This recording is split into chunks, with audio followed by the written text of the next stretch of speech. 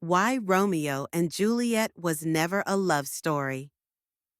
They say Romeo and Juliet is the greatest love story ever told.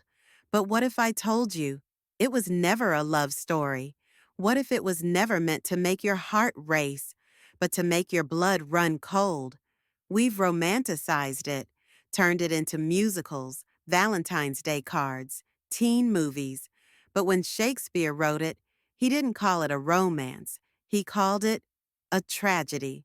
And not just any tragedy, a warning wrapped in poetic beauty, a soft lullaby, hiding a scream. Let's look at the facts. Romeo sees Juliet at a party. He's mesmerized.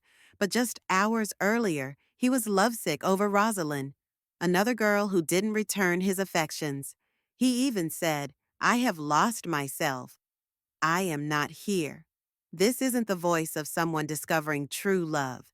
This is the voice of someone escaping himself. And Juliet?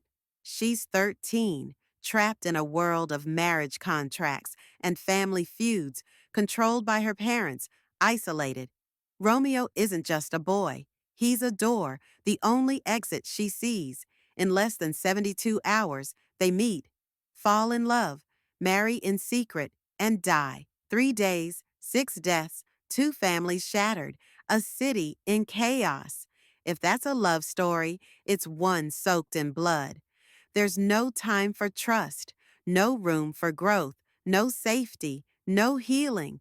They don't know each other's favorite food or how they act when they're angry. They don't know each other at all. What they share is intense, passionate, consuming. But is that love or something far darker? Friar Lawrence, the one person who tries to help them, says, "These violent delights have violent ends." He knew, and Shakespeare made sure we knew too. But we didn't listen. We called it romantic because it feels better to believe in fate than to face the consequences of obsession. Romeo kills Tybalt out of rage. Juliet fakes her death. Romeo, misinformed, poisons himself. Juliet wakes and stabs herself. This isn't the poetry of love. It's the choreography of trauma. Think about it. What if Shakespeare wasn't trying to tell us how beautiful love is, but how dangerous the illusion of love can be?